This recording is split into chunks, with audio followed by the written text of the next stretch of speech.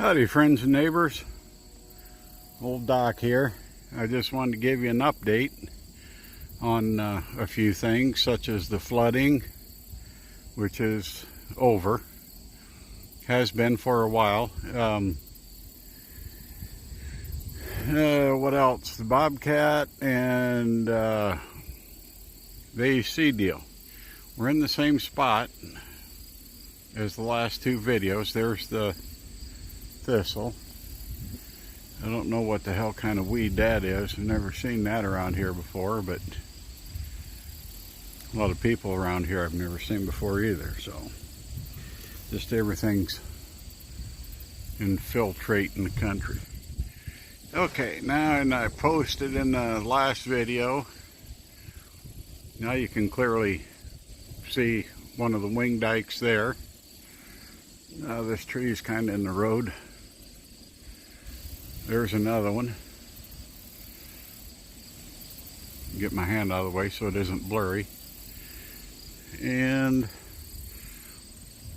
there's that canal that was full of water. You can see how high the water was. See where the brown and the green meet? That's how high the water was. And the bank over there. But there's a wing dike. Those were all underwater. That's how high the water was. Okay? And I'm not walking down here because, well, I guess I will a little bit. Let me get you back into proportion. On the last video, this all had water in it, and it's well below that now. Let me see if I can get down here without falling in and drowning and dying. There used to be, yeah, see, there's corn stalks and stuff that came with all the trash.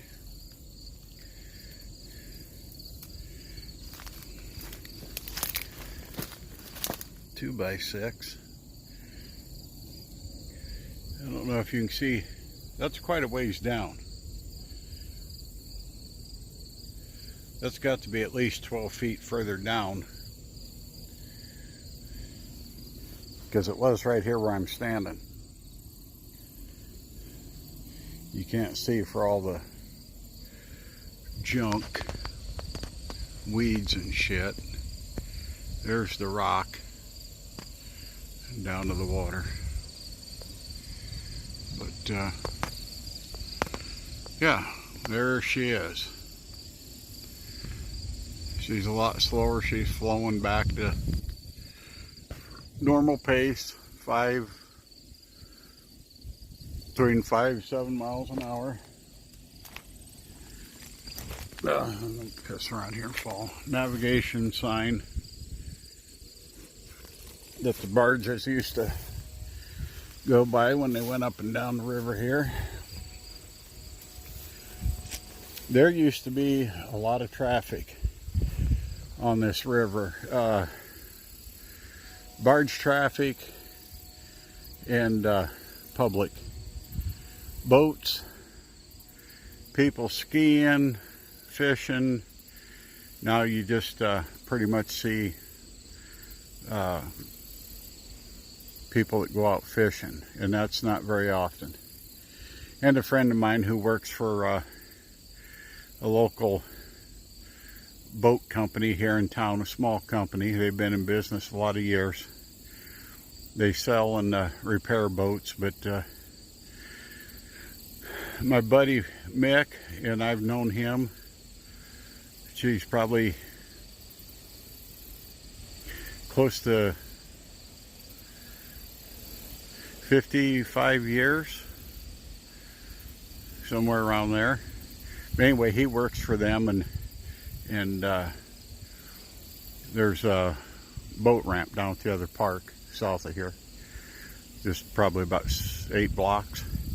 But he brings boats that get worked on up here, up and down the river every now and again for a test drive. But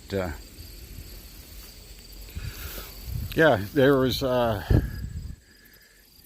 if you watched my last video, I mentioned McCook Lake and McCook Lake, South Dakota.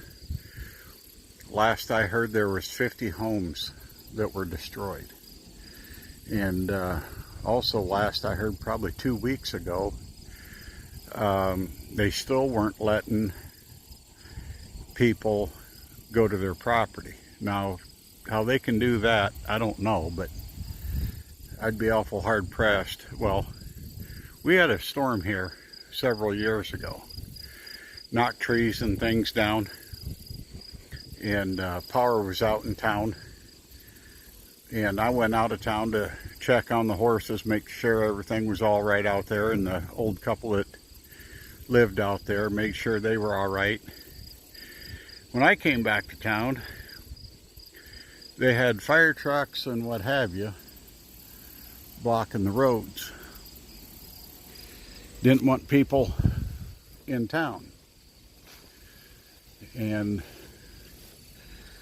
I just, not quite so politely, told them I lived here and they weren't going to keep me out of town. And I took old Milo, the old 7.3, and went around their fire trucks down through the ditch, and they called the police and on their radios, but nobody showed up, and I didn't give a care. So then later on that afternoon, Matthew and I drove into South Sioux to get gas because there was no electricity here in town for the chainsaws to clean things up. And we go to come back to town, got in front of Tyson up there on the edge of town, and they said nobody's coming into town. And the funny thing was, they were letting vehicles from Iowa with Iowa license plates come into town. But if you lived here, by God, you weren't coming into town. And the sheriff's deputy pretty much got told the same thing I told the fire department, and up on the median, and home we came. I suspect they weren't really interested in chasing me down and keeping me from coming to my own house, because nobody followed us. So I'll bring you back in a minute. All right. There have been some improvements. I did get most of the bench cleaned off. There's my shelf up there. So 10 foot by 2.5 foot. I got cables and turnbuckles on there, so for leveling purposes. But yeah, okay, I'm zoomed all the way back. I got this, this fluorescent light was up there. I took it down and put it here for now. And this outer bulb in it, I know it doesn't look very light through the phone, but it makes this outer bulb, it was pretty dim. I don't know why. I mean, they're 40-watt bulbs, so they're not super bright anyway. And I see got one out there. You can't tell it through the phone, but so I took that bulb out, wiped it off because it did still work. Put it in the box and stuck a new bulb in it, or I think it was new.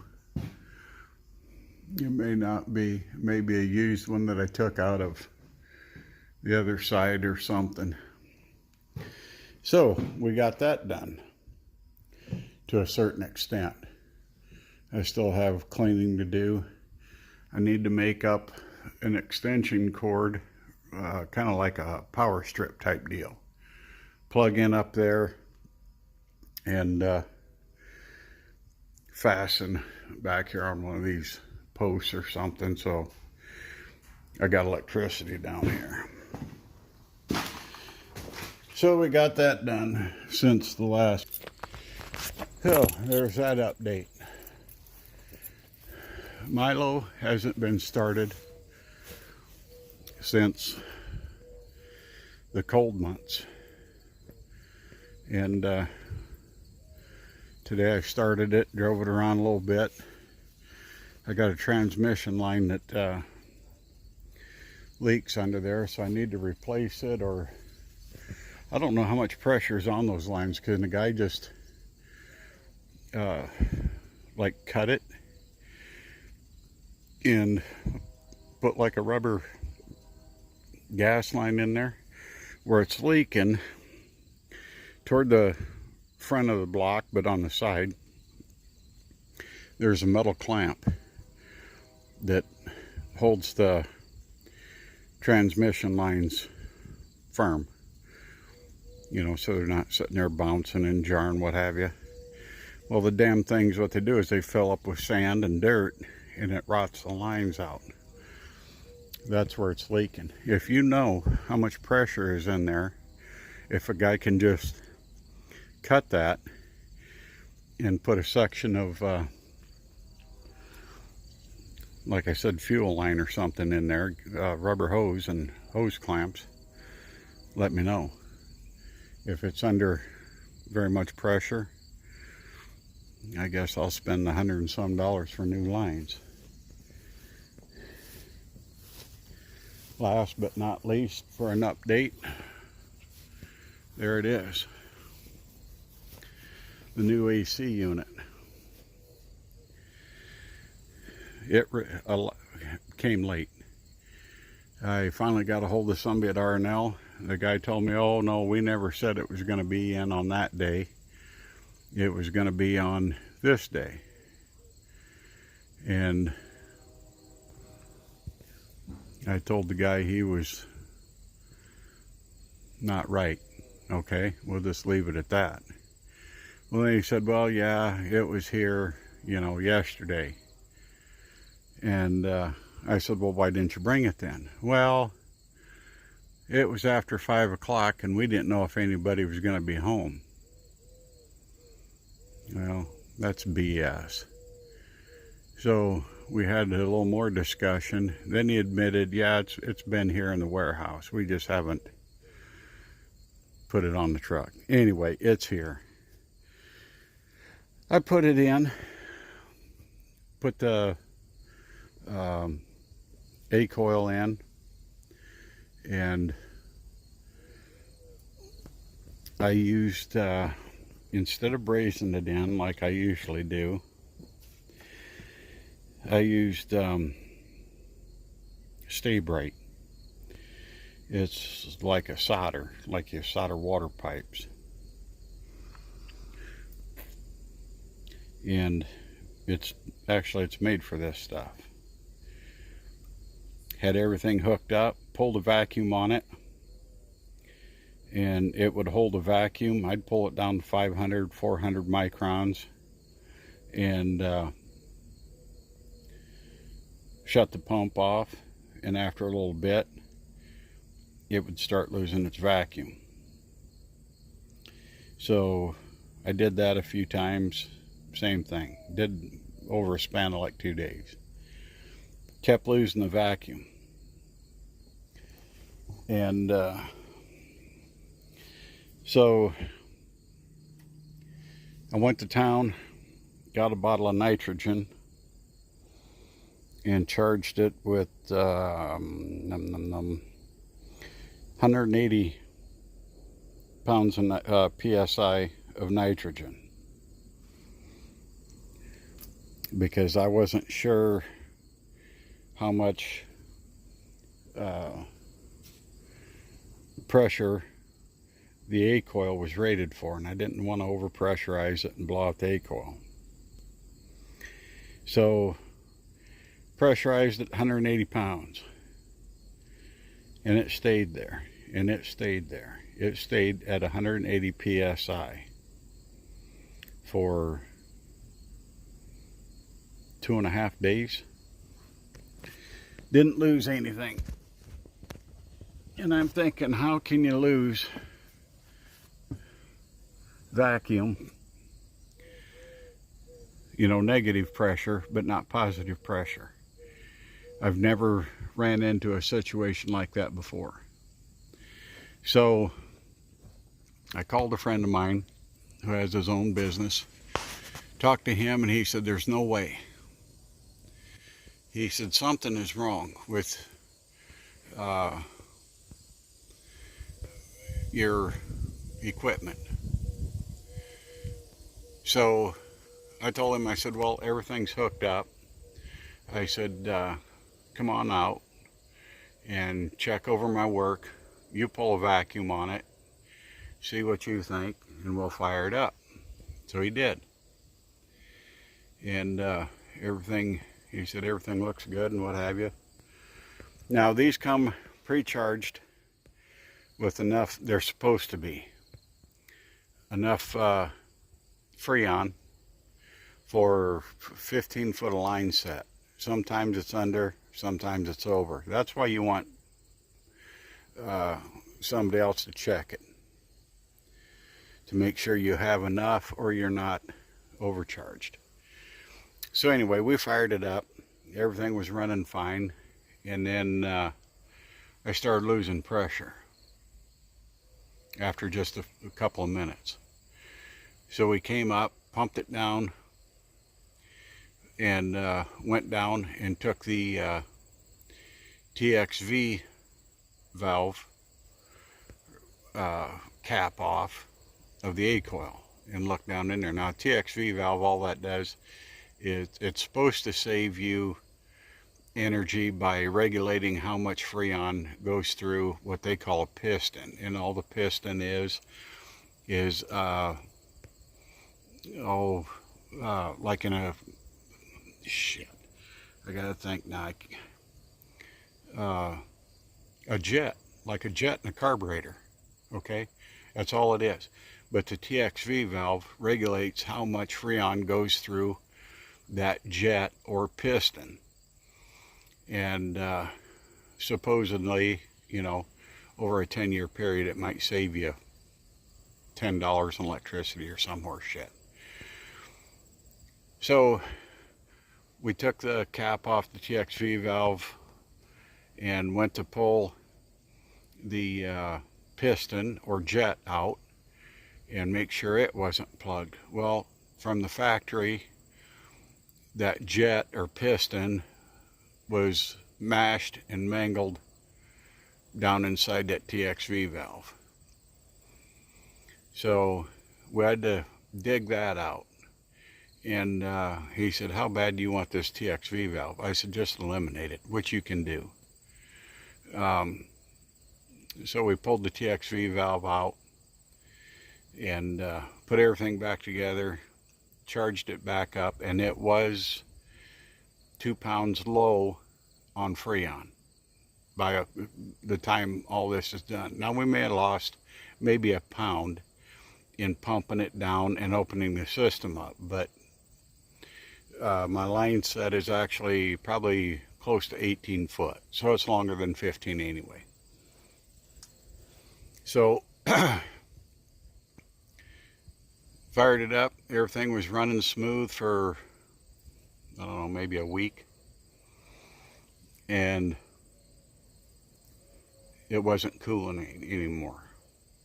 So I called the guy back up. He came out and where we eliminated the TXV valve, he took that cap back off and looked, and a piece of that Stay Bright solder had plugged up that little jet. Now what I didn't know, because I've never used this Stay Bright before, is it's really easy to use too much solder, and when you do that, it sucks past the joint, and goes down into the system. Now you can see one of my joints right there, and you get little tiny bits of that solder will turn loose and plug up that piston or jet. So he dug that out and put everything back together. Everything's fine. This thing is so much quieter, and it's the same brand as that one. Both of them are 2-ton. This one is about twice the size. Excuse me. This one is about twice the size, and it is quiet. Now it starts hard, so I'm thinking about putting a soft start kit in it, just to keep it from getting that wingo wango, you know, when it starts up, that surge of energy. And but it is so much quieter than that old unit. But it's progress, you know. I mean, we're talking 30 years difference. I still got to get rid of the boxes. They're gradually getting torn up and thrown in the dumpster. But anyway, that's where we are, folks. Now,